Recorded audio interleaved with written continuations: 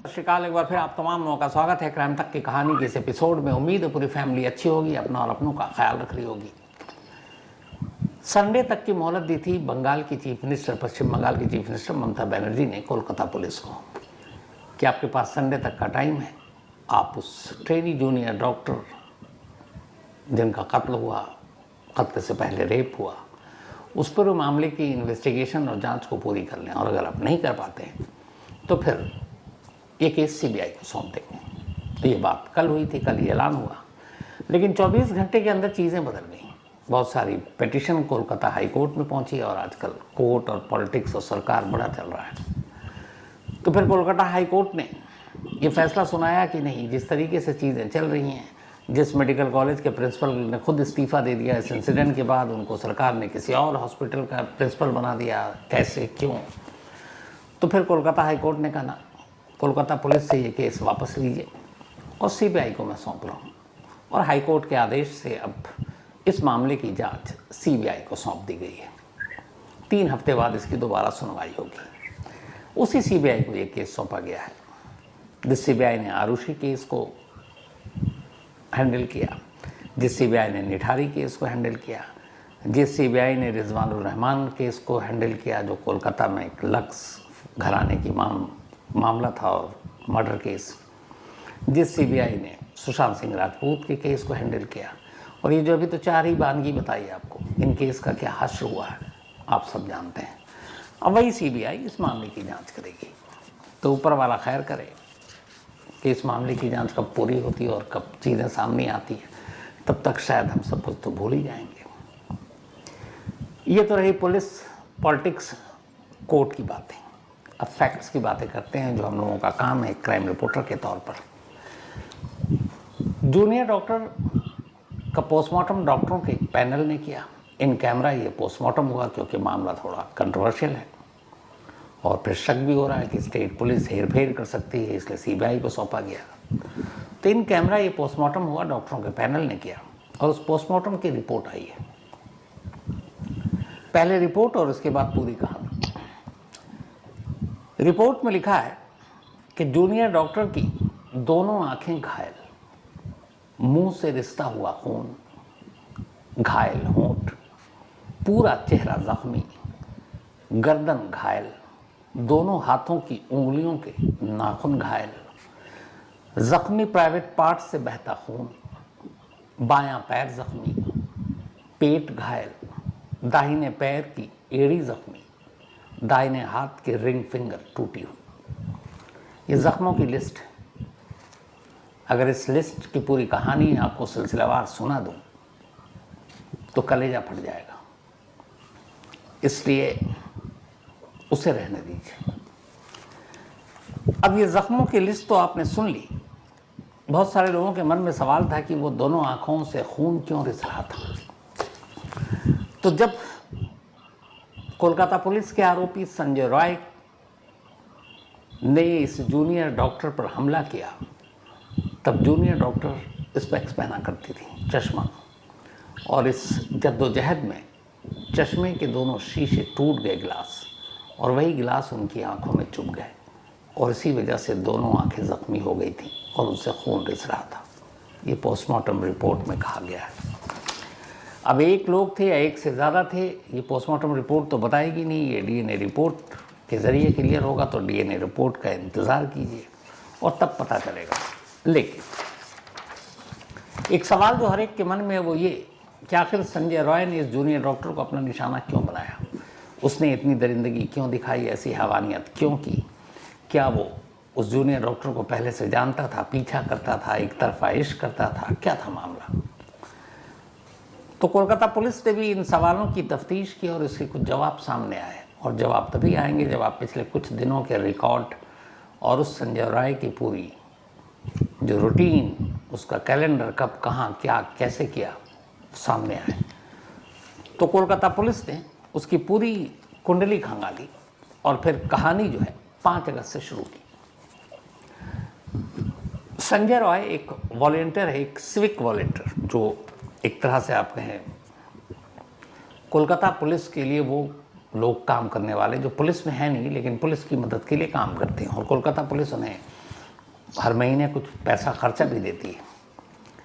तो संजय राय ने सबसे पहले 2019 में 2019 में कोलकाता पुलिस के आपदा प्रबंधन जो होता है डिज़ास्टर मैनेजमेंट, उसको ज्वाइन किया था एक वॉलंटियर के तौर पर। फिर वहाँ रहा। बाद में फिर उसको कोलकाता पुलिस ने अपने एक दूसरे डिपार्टमेंट में भेज दिया, और वो था एक अलग डिपार्टमेंट, पुलिस डेवलपमेंट डिपार्टमेंट, कि तुम वहाँ जाओ। फिर वहाँ कुछ दिन रहा और उसके बाद उसको आरजी कर मेडिकल कॉलेज एंड अस्पताल की जो पुलिस चौकी है वहाँ उसकी ड्यूटी लगा दी एक वॉलंटियर के तौर पर, कि तुम यहाँ के सारे इंतज़ाम देखो। तो फिलहाल वो वहीं पुलिस चौकी में एक वॉलंटियर के तौर पर, एक सिविक पुलिस के तौर पर काम कर रहा था। हालांकि वो पुलिस का स्टाफ नहीं था, लेकिन चूँकि वो एक वॉलंटियर था, पुलिस के साथ मेल जोल रखता था, तो पुलिस वालों से अच्छी दोस्ती थी, सीनियर से लेकर जूनियर अफसरों तक को जानता था और इसी का फ़ायदा भी उठाता था। वो जब अपनी मोटरसाइकिल पर चलता था तो मोटरसाइकिल पर उसने केपी का लोगो लगा रखा था, मतलब केपी कोलकाता पुलिस। केपी यानी कोलकाता पुलिस के वो टी शर्ट पहनता था, उस पर लिखकर कैप पहनता था कोलकाता पुलिस के, तो बहुत सारे लोग तो उसे पुलिस वाला ही मानते थे और इसी का वो फ़ायदा उठाता था। अब जब से वो इस आरजी कर मेडिकल कॉलेज एंड अस्पताल में कि पुलिस चौकी में उसकी तैनाती हुई, तब से उसने एक दूसरा धंधा शुरू किया। वो ऐसे पेशेंट को देखता, मरीज़ों को जो आते, आपको पता है सरकारी अस्पताल में चूँकि इलाज सस्ता होता है, बेचारे गरीब दूर दूर से आते हैं कि इलाज हो जाए, जान बच जाए, पर ऐसे लोगों को बेड नहीं मिलता, दाखिला नहीं मिलता। तो बहुत सारे दलाल ब्रोकर भी घूमते हैं ऐसे अस्पताल के बाहर। दिल्ली के एम्स के बाहर आपको ऐसे दर्जनों मिलेंगे। तो हर अस्पताल के बाहर की यही कहानी है सरकारी। तो इसे भी पता था, अब ये वहीं पे चूँकि था उस चौकी में, तो इन मरीज़ों को देखता, ताड़ता, फिर देखता कि इसमें से कौन एडमिट होने वाले हैं, कौन पैसा दे सकता है, और फिर इसकी चूँकि पहुँच थी हॉस्पिटल के अंदर, जान पहचान थी, तो उनको दाखिला दिलाने के नाम पर कहीं से पैसे लेता, ब्रोकर के तौर पर, दलाली के तौर पर, और यही काम किया करता था। 8 अगस्त और 9 अगस्त की ये घटना है, लेकिन इससे पहले संजय राय क्या कर रहा था। तो कहानी शुरू होती है 5 अगस्त से। 5 अगस्त को संजय कोलकाता से दूर जाता है, खड़गपुर में एक जगह है सलवा, उस सलवा में वो पहुंचता है। 5 अगस्त की सुबह निकलता है कोलकाता से और सलवा पहुंचता है खड़गपुर के पास, और वो इसलिए जाता है कि वहाँ पुलिस वेलफेयर सोसाइटी की एक मीटिंग थी और उस मीटिंग में तमाम वॉलंटियर भी आए हुए थे। तो 5 अगस्त को ये वहाँ पहुँचता है, 5 को वहीं रहता है, 6 को वहीं रहता है, 7 को वहीं रहता है। 8 अगस्त की सुबह ये सारी मीटिंग खत्म, उसके बाद अब ये वहाँ से निकलता है और कोलकाता पहुँचता है। 8 अगस्त को सुबह कोलकाता आने के बाद ये उधर उधर अपना रहता है। अच्छा, चूँकि ये एक वॉलंटियर था, पुलिस से जान पहचान थी, तो ये अक्सर पुलिस के जो बैरक होते हैं, जब बहुत सारे पुलिस वाले ड्यूटी करके थकते हैं तो आके वहाँ आराम करते हैं, सो जाते हैं। तो कई बैरक को भी अपना लेता था, वहाँ बैरक में जाकर सो जाता था। लोग भी जानते थे यार पुलिस के लिए काम करता है, सो जाओ। तो इस हॉस्पिटल के पास भी एक पुलिस बैरक था, तो ये वहीं सो जाता था। तो उस दिन आया कोलकाता, उसके बाद ये दिन भर इधर उधर भटकता रहा, और जब रात के ठीक 11 बजे तब पहली बार यार जेकर मेडिकल कॉलेज में दाखिल होता है, उसकी बिल्डिंग में वहाँ पहुँचता है। और पहुँचने के बाद अपने एक पेशेंट जिसको इसने पैसा लेकर दाखिल कराया था, उसका हालचाल पूछने के लिए अस्पताल के अंदर जाता। रात के 11 बज रहे हैं अभी। तो 11 बजे वो अस्पताल पहुंचा, यहाँ वो उस मरीज़ से मिला जिससे उसने दिन में भर्ती करवाया। अस्पताल आने के बाद वो मरीज़ कहता है बाकी तो सब ठीक है, एक्सरे नहीं हो रहा अभी तक हमारा। तो कहता चलो एक्सरे कराता हूँ। उस मरीज़ के साथ कुछ तीमारदार भी थे, वो लोग जाते हैं, उसका एक्सरे होता है। एक्सरे कराने के बाद वो वापस अपने वार्ड में बेड पर लेट जाता है, और संजय राय ये कहकर कि चलो अब ठीक है, कोई परेशानी हो फिर बताना। और वो वहाँ से वार्ड से निकलता है और अस्पताल के कंपाउंड से ही बाहर निकल जाता और चला जाता है। पर इसके आगे क्या होता है वो बताऊँ उससे पहले आपको ये बता दूँ कि एनी द हनीमून मर्डर ये एक ऐसी कहानी है जो आपको चौंकाएगी, और ये कहानी आप कुकू एफएम के ऑडियो लर्निंग प्लेटफॉर्म पर सुन सकते हैं, एनी द हनीमून मर्डर। अब तक बहुत से लोग कुकू एफएम पर अपने पसंदीदा ऑडियो शो सुन चुके हैं और बहुत सारी नॉलेज गेन भी की, लेकिन अगर आपने अब तक कुकू एफएम के ऑडियो शोज़ नहीं सुना तो आपके लिए एक शानदार खबर है। आज मैं आपके लिए ख़ास ऑफ़र लेकर आया हूँ। 30 डेज फ्री ट्रायल, ये ऑफ़र आपके लिए एकदम मुफ्त। आपको बस कूपन कोड का इस्तेमाल करना है और ये कूपन कोड है CMTK30। हम सभी स्क्रीन पर समय बर्बाद करते हैं और बाद में पछताते हैं, इसे हम डूम स्क्रॉलिंग कहते हैं। इसके बजाय कोको एफएम का 30 दिन का फ्री ट्रायल आपके लिए एक बेहतरीन मौका है। इस दौरान आप अपने करियर, फाइनेंशियल गाइडेंस, नॉलेज को इम्प्रूव कर सकते हैं।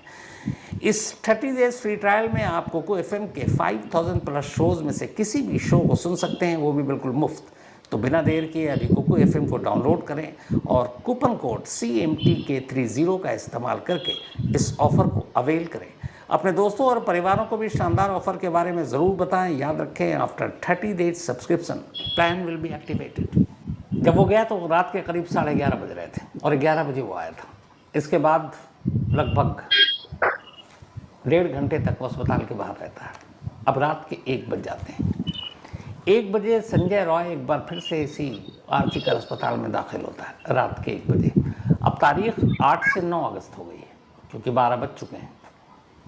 तो 8 अगस्त की रात 11 बजे आया, 11:30 निकल गया और उसके बाद अब 9 अगस्त की रात आ गई। तो वापस वो 1.5 घंटे बाद 1 बजे रात को हॉस्पिटल में दाखिल होता है, हॉस्पिटल में आता है और इस बार वो एक दूसरे मरीज़ को देखने के लिए वार्ड में जाता है। इस मरीज़ को भी उसी ने भर्ती करवाया था और इस मरीज़ की सर्जरी थी नेक्स्ट डे, यानी कि जिस 9 अगस्त की रात पहुंचा उसी 9 अगस्त के दिन में।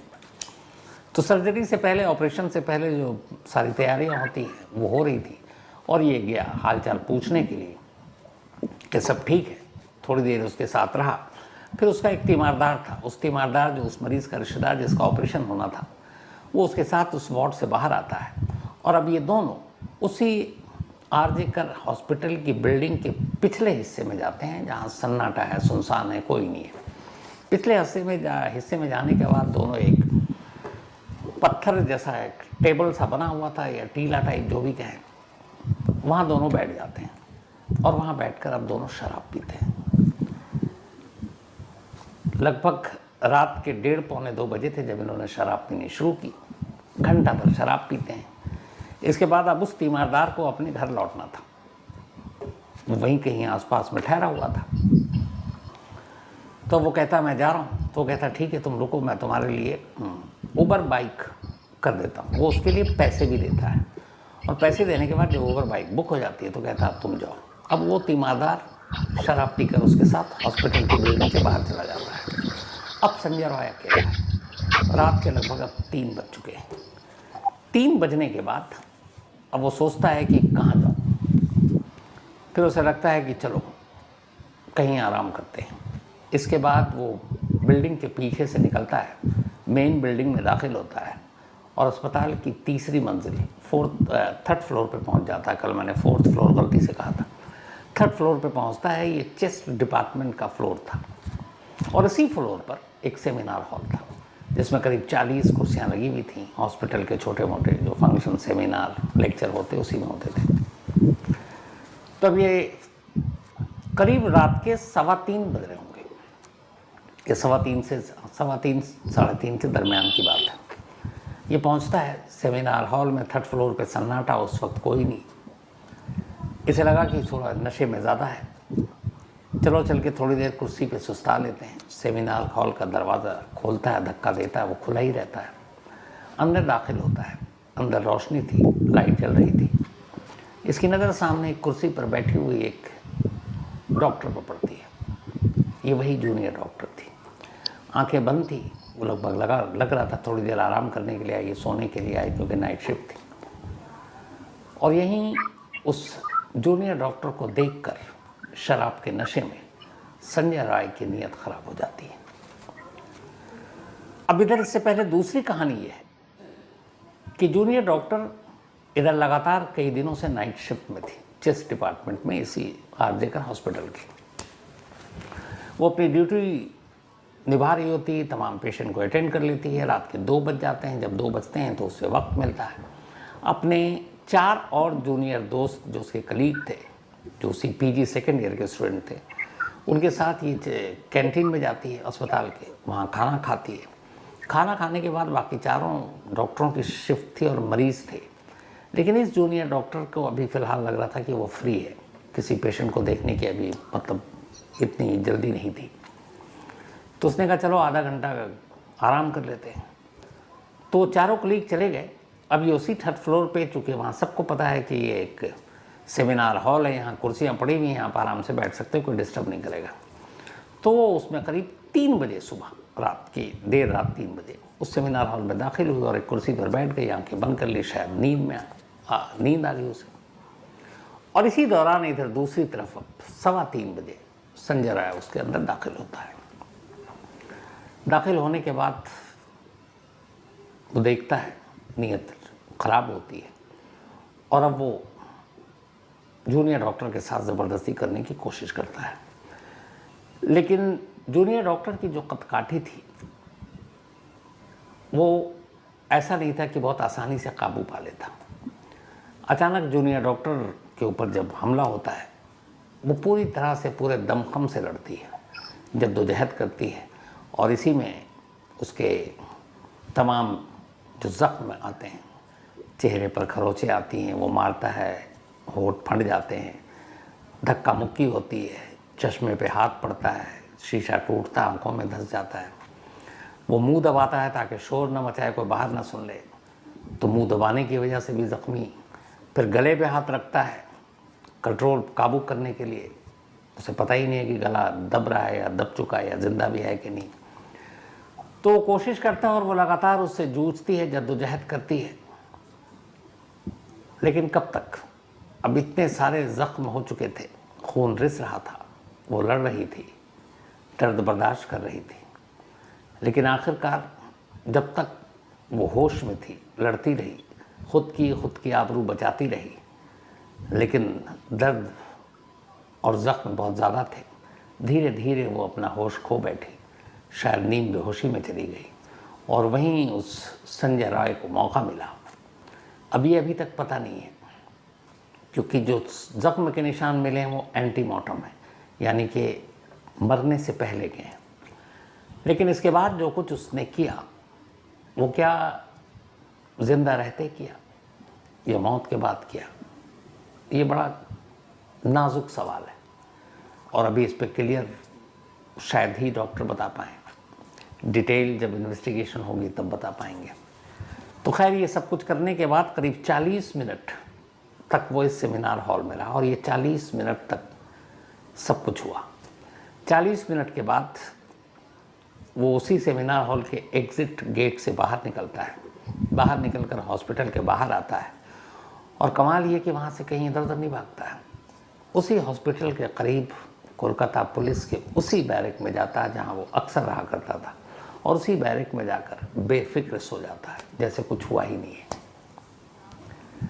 अब उधर सो रहा है, इधर सुबह हुई 8:30 बजे स्टाफ ने देखा सेमिनार हॉल में एक बॉडी, पूरे अस्पताल में कोहराम मच गया, हंगामा मच गया। कोलकाता पुलिस पहुंची, मौके पर लाश थी, जूनियर डॉक्टर के लैपटॉप, मोबाइल और साथ में एक नेक बैंड, ब्लूटूथ। जितने भी उसके कुलीग थे डॉक्टर, उन सब के साथ उस ब्लूटूथ को कनेक्ट करने की कोशिश की गई, हुआ नहीं। इस बीच में एक टीम ने जब सीसीटीवी कैमरों को खंगाला उस सेमिनार हॉल के एंट्री और एग्ज़िट को, तब उसमें एक शख्स आता हुआ दिखाई दिया जिसके गले में नेक बैंड ब्लूटूथ था और फिर जाता हुआ।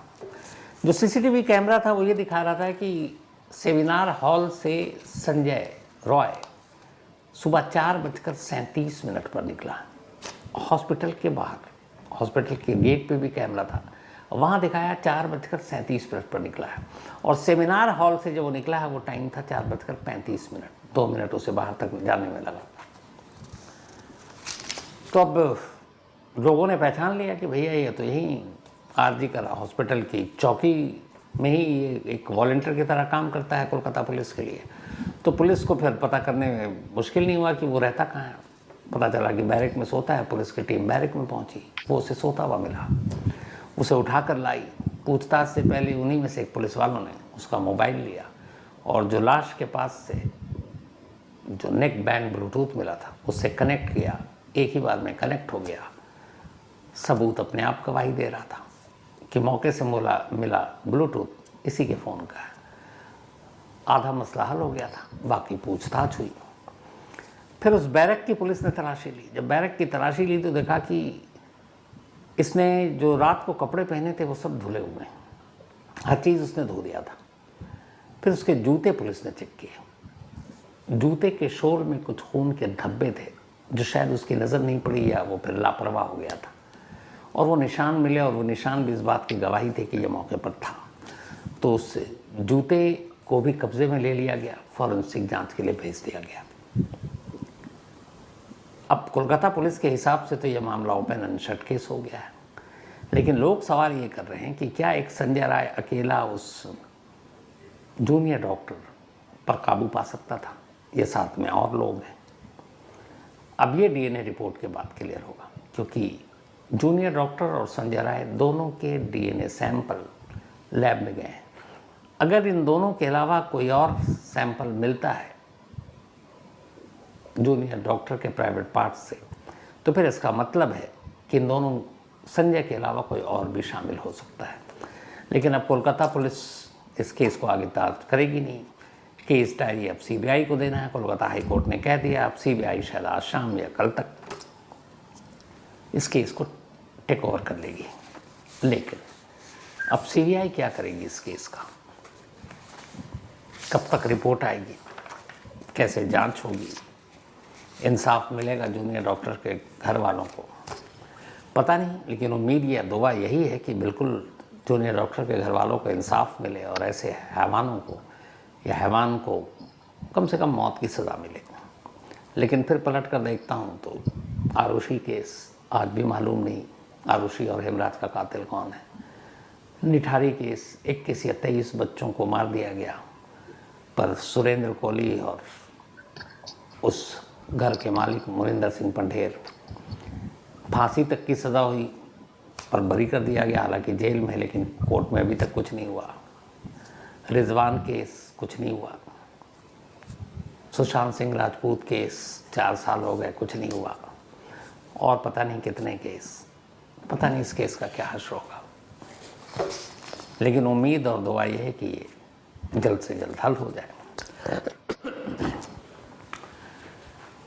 अब आज चूँकि ये कहानी सुनानी थी और ज़रूरी थी, इसलिए मैंने कल आपसे एक चीज़ कही थी कि बहुत ख़ास बात है, तो वो कल के लिए टाल रहा हूँ। असल में ये आप लोग हैं, आप में से हर एक कोई, आप सभी जिन्होंने इतना प्यार दिया। मुझे याद है 1 से 10, 10 से 100, 100 से 1000, 1000 से 10,000, 10,000 से 50, फिर 1, फिर 2, 3, 4, 5 और आज 1 करोड़, 10 मिलियन, 1 करोड़। पहले मुझे ये भी पता नहीं था इसमें कितने ज़ीरो लगते हैं। 1 करोड़ की ये फैमिली हुई है। मैं ज़्यादा इधर उधर घुमा फिरा कर नहीं कहूँगा, सीधे एक लाइन में स्ट्रेट फॉरवर्ड। ये सिर्फ आप लोगों की वजह से, क्योंकि आप लोगों ने इतना प्यार दिया, क्या क्या रिश्ते बनाए, उन रिश्तों को निभाया, डांटा, गलतियाँ बताई, तारीफ भी की। मतलब सच कहूँ तो मुझे कभी ये लगा ही नहीं कि मैं अनजान लोगों को कुछ सुनाता हूँ। ऐसा लगता है जैसे आप में से हर एक सुनने वाला मेरे अपने घर का है, मेरा बहुत करीबी है। वो जिसके साथ मैं कुछ भी बात कर सकता हूँ, शेयर कर सकता हूँ, वो जिसके सामने मैं गलतियाँ कर सकता हूँ, वो जिसके सामने मैं कुछ मांग भी रख सकता हूँ। हालांकि एक चीज़ ये भी मैंने सीखी, मुझे याद है जब शुरुआत की थी, शायद 5-10 हज़ार ही हमारे फैमिली मेम्बर होंगे उस वक्त, तो मैं कहता था कि प्लीज़ आप क्राइम तक को सब्सक्राइब करें, लाइक करें, शेयर करें। तो मुझे उसी वक्त 4-5 मेल आए, शायद मैंने कहीं नाम नोट करके रखा होगा, अगर मिल गया तो मैं ज़रूर सुनाऊंगा। तो उन सभी ने एक लाइन कही थी कॉमन कि सर प्लीज़ आप सब्सक्राइब करने के लिए मत बोला कीजिए, बड़ा बुरा लगता है आपके मुँह से सुनकर। पता नहीं क्या हुआ, मैंने उसको पढ़ा और मुझे भी बहुत अजीब लगा, लेकिन मैंने देखा कि पूरी दुनिया तो कहती है कि सब्सक्राइब करो, लाइक करो, शेयर करो। तो मैं बोलता हूँ तो क्या गलत है, लेकिन फिर लगा नहीं, वो शायद एक दूसरा रिश्ता है यहाँ, शायद एक फैमिली वाला रिश्ता, और इसीलिए मैं क्राइम तक फैमिली मानता हूँ। वो दिन है, आज का दिन है। मुझे नहीं लगता पिछले 3-4 सालों में कभी आपने मेरे मुंह से सुना होगा कि आप क्राइम तक को सब्सक्राइब कीजिए। मैंने फिर कभी नहीं बोला, वो इसलिए कि मेरा भरोसा था कि फैमिली है, फैमिली से कुछ और बातें कर लो यार, ये सब नहीं। तो ये आपका भरोसा, आपका प्यार है।